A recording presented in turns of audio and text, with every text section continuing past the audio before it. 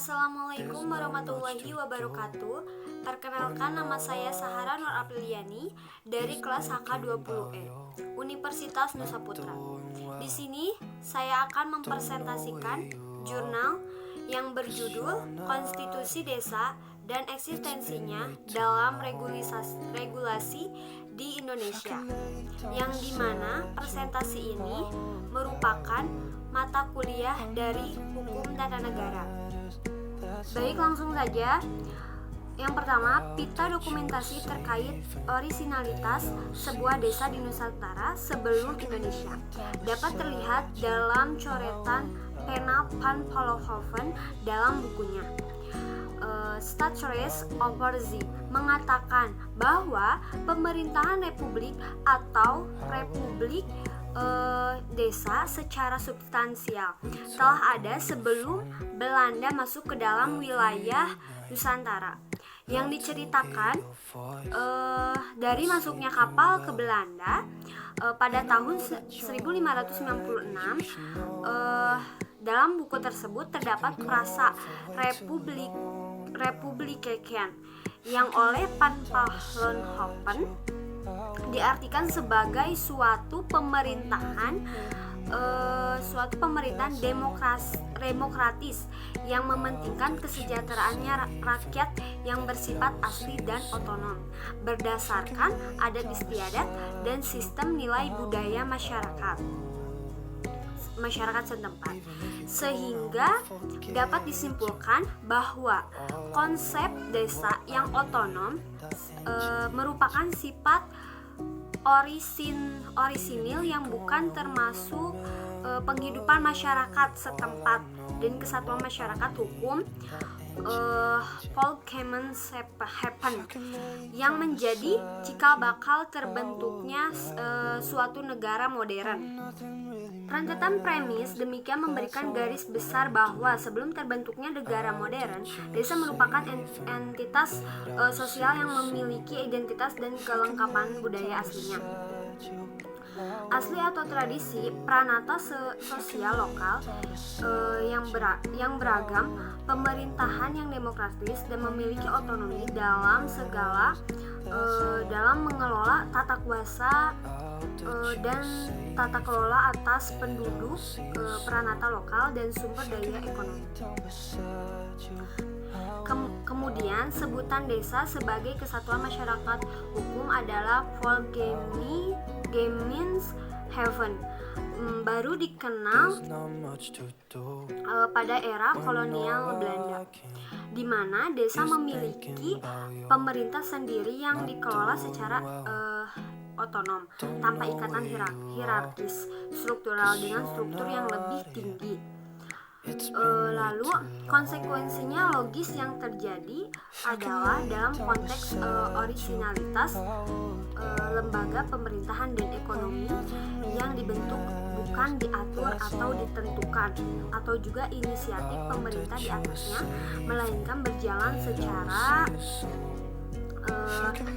mandiri dalam sistem ekonomi subsistemnya, atau sistem ekonomi di mana sebuah komunitas memenuhi kebutuhannya berdasarkan produksi dan jasa yang mereka kembangkan dan hasilkan secara mandiri, yang umumnya berasal dari hasil tani mina.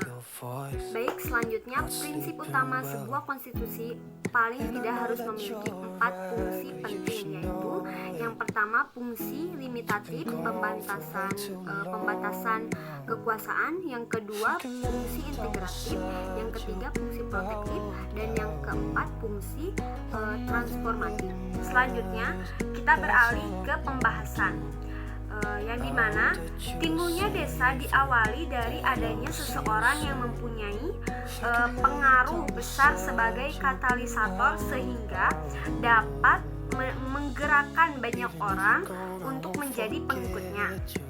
Orang besar kemudian mengajak para pengikutnya untuk membuka hutan atau lahan kosong, atau buka alas, atau bubuk biasa yang dirasa mendukung kehidupan warganya yang akan menempati wilayah tersebut sebagai permukiman baru yang kemudian disebut sebagai desa dan orang besar sehingga pengikutnya menjadi masyarakat setempat.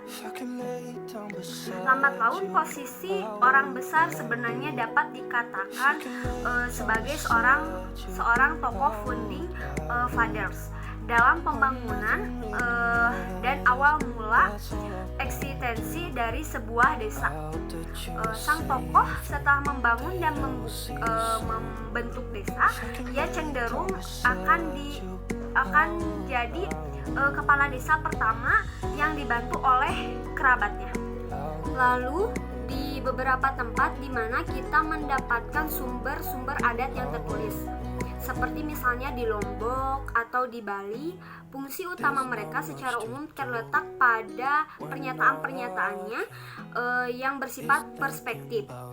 Orang-orang di tempat tersebut biasanya lebih bergantung pada daya ingat dan perasaan keadilan kolektif mereka daripada sumber hukum yang tertulis. Memang dapat dipahami bahwa sumber adat yang lebih besar justru tersimpan dalam tradisi wilayah tersebut, di mana di dalam ungkapan-ungkapan yang perspektif maupun aturan hukum adat dapat digali.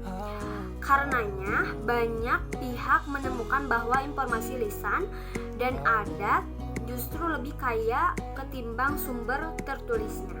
Lalu apa sih fungsi dari kedudukan konstitusi? Fungsi dan kedudukan konstitusi adalah konstitusi berfungsi yang pertama, konstitusi berfungsi sebagai dokumen nasional atau national document. Yang kedua, konstitusi sebagai piagam kelahiran baru atau a birth certificate of new state. Yang ketiga, konstitusi sebagai sumber hukum tertinggi.